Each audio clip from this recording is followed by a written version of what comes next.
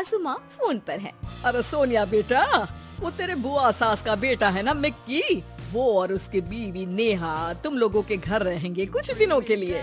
अच्छा ठीक है माँ जी। अरे ज्यादा परेशान मत होना, तुम दोनों तो नौकरी करते हो, देख लेना वैसे। सोनिया सास का फोन तो रख देती है, लेकिन उसे समझ में नहीं आता कि वो क्या करे। वो अपने पति राहुल को फोन करती है। अरे राहुल सुनो ना, मिक्की आ रहा है नेहा के साथ हम लोगों के घर। ओह, अरे क्या बात है, तो आज रात हम भाई मिलकर पार्टी करेंगे। अच्छा तुम एक काम करना, अच्छा खाने को बना देना। ओके। सोनिया को अभी ये अंदाजा नहीं था कि उन लोगों के घर जो आ रहा है वो कैसे उन लोगों की जिंदगी में भूचाल ले आएगा। अभी सोनिया ने फोन रखा ही था कि डोरबेल बजती है। सोनिया दरवाजा खोलती है कि सामने खड़े होते हैं नेहा और मिक्की। अरे भाभी भाभी, आप तो हो बिल्कुल मेरी माँ जैसी। नमस्ते भाभी, कैसी हैं? बिल्कुल ठीक हूँ मैं। आओ ना, कोई तकलीफ तो नहीं हुई यहाँ तक पहुँचने में? अरे नहीं भाभी, कैब कर ली थी ना। अच्छा वो जरा नीचे ना कैब वाला खड़ा है, 800 रुपये दे आइए ना प्लीज। नेहा चलो अंदर, कितनी थक गई हो तुम भी ना। सोनिया जिसकी शादी मिक्की की शादी से सिर्फ 2 महीने पहले ही हुई थी, उन लोगों को देखकर हैरान सी रह जाती है। जी मिक्की भैया। वो कैब वाले को पैसे देकर आती है तो देखती है कि उसके कमरे में मिक्की और नेहा का सारा सामान बिखरा होता है। आइए मैं आप लोगों को गेस्ट रूम दिखा देती हूँ। कैसी बात कर रही है भाभी, गेस्ट कौन है यहाँ? हम तो यहाँ किसी तरह मैनेज कर ही लेंगे इस कमरे में। जॉइंट बाथरूम और टीवी लगा है तो यही रूम हमारे लिए ठीक रहेगा। अब हाँ नेहा, लेकिन ये हम लोगों का मास्टर बेडरूम है। अरे भाभी कोई बात नहीं, यहाँ का गद्दा भी ना कंफर्टेबल है, एसी भी ठीक ही लग रहा है। देखिए ना, हम इसी रूम में रह लेंगे, आप फिक्र ना करो भाभी। सोनिया बेचारी कहती भी तो क्या, वो किचन में खाने की तैयारी के लिए चली जाती है। शाम को सोनिया का पति आता है। ओए होए भाई, क्या बात है, शादी के बाद तो तुम बिल्कुल चेंज लग रहे हो। मिक्की क्या बात है भाई, तेरे तो मजे है, कब तक है तू हमारे साथ? बस देख, सेटल होने आया हूँ। तू तो जानता है छोटे शहर में कितनी कमाई होती है। हाँ हाँ, यहाँ रह, आराम से काम ढूंढ। मैं तो कहता हूँ नेहा भी पढ़ी लिखी है, वो भी कुछ अच्छा कर सकती है। अब देखो सोनिया भी तो नौकरी करती है भाई, महानगर में तो गाड़ी तभी चलती है। मिक्की को भाई की बात जम जाती है। अगली सुबह। अरे ये मिक्की और नेहा कहाँ गए? कार लेकर गए हैं तुम्हारी, बोल रहे थे शाम तक लौटेंगे। अरे भगवान, ये क्या मजाक है यार, कल बता देना चाहिए था उसको कि कार ले जानी है। मैं ऑफिस समय से पहले निकलता, अब ऑफिस कैसे जाऊंगा? मैं नहीं जानती, दिन का खाना ना बाहर खा लेना। मैंने ऑफिस में आज की लीव डाल दी है। सुबह से उन लोगों के लिए नाश्ता और खाना बना रही थी, अब हिम्मत नहीं कर रही है। शाम को दोनों घर आते हैं। सोनिया और उसके पति के कमरे में जाकर जोर जोर से टीवी लगा लेते हैं। वो आज ना एक सीरियल बहुत अच्छा आने वाला है, मैं कब से उसका इंतजार कर रही हूँ। अरे नहीं नहीं भाभी, आज नहीं, आज तो कौन गाएगा गाना का फाइनल है।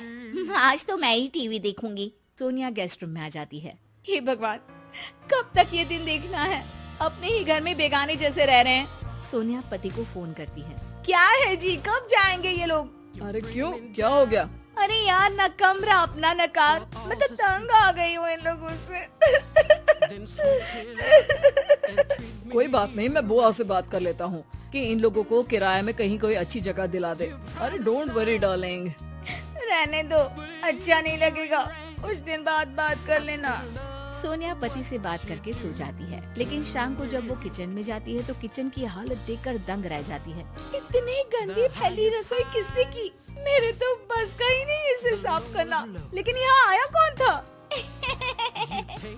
मैं आई थी भाभी, वो मिक्की को ना केक खाने का मन था तो वही बनाया था। केक इतना टेस्टी था, इतना टेस्टी, क्या बताऊँ आपको। पूरा केक मिक्की खा गए, किसी के लिए नहीं छोड़ा। मुझे तो बस ना छोटा सा टुकड़ा मिला। बुरा मत मानना हाँ प्लीज। अरे नहीं नहीं, बुरा क्या मानना, मुझे तो वैसे भी मीठा कम पसंद है। सोनिया किचन की हालत और नेहा की बेशर्मी भरी बातों को पी जाती है और सोचने लगती है कि ये लोग जाएंगे कब। भाभी, वो आपकी जो रेड वाली साड़ी है ना, वो प्लीज आज मुझे दे दीजिए। मैं और मिक्की शाम को मेरी चाची के घर जा रहे हैं तो देर रात तक आएंगे। तुम्हारी चाची यहीं रहती है? तो कुछ दिनों के लिए उनके घर स्टे कर लो ना, उनको भी अच्छा लगेगा, वरना कहीं बुरा ना मान जाए। अरे नहीं नहीं भाभी, मैं ना वहाँ कंफर्टेबल नहीं हूँ। हाँ हाँ, मेरे रिश्तेदारों के साथ आप क्यों कंफर्टेबल फील करेंगे? ऐसे बात नहीं है नेहा, हम भाई एक दूसरे को बचपन से जानते हैं, हम एक दूसरे को समझते हैं। अरे तुम्हारी चाची के लिए जो कुछ तुम बताती हो उसे सुनने के बाद मैं कैसे उनके घर रुक सकता हूँ? नेहा थोड़ा अनकंफर्टेबल फील करते हुए कहती है, हाँ लेकिन सामने तो अच्छे हैं ना, हमें क्या करना भाभी कि वो पीछे क्या बोलते हैं। हाँ लेकिन मुझे फर्क पड़ता है, मैं भैया और भाभी के पास इसलिए हूँ क्योंकि मैं जानता हूँ कि भैया और भाभी मेरे पीछे मेरी बुराई कभी नहीं करेंगे। ये बोलकर दोनों वहाँ से निकल जाते हैं। सोनिया उन लोगों के जाने के बाद अपना कमरा साफ करती है। अपना जरूरी सामान तो गेस्ट रूम में ले जाऊं। उसे पति की पुरानी फाइल मिलती है। सोनिया उसे खोलकर देखती है। अरे ये क्या, मिक्की भैया इन्हें हर महीने पैसे क्यों भेजते थे? वो पति को फोन लगाती है। सुनिए, ये मिक्की भैया आपको कॉलेज के समय में पैसे क्यों दिया करते थे? उधार लिया है क्या इन्होंने आपसे? अरे नहीं नेहा, दरअसल तुम जानती हो ना कि हम लोगों की आर्थिक स्थिति खराब रहा करती थी। मिकी ने ही अपने काम में लगाने वाले पैसों को मुझे देकर मेरी पढ़ाई पूरी करवाई थी। मैं उन लोगों के घर ही रहा करता था, सारा दिन पढ़ता। मेरे खाने पीने से लेकर कपड़े तक का ख्याल बुआ और मिक्की रखा करते थे। मैंने न जाने उन लोगों के बारे में क्या क्या सोच लिया। एक वक्त जब उन लोगों ने आपके लिए सब कुछ लगा दिया, आज हम लोगों की बारी आई तो हम इतना सोच रहे हैं। अच्छा है कि तुमने खुद ही इस बात को रियलाइज कर लिया। ये एक अच्छी बीवी की निशानी है जो पति की हर बात को समझ ले।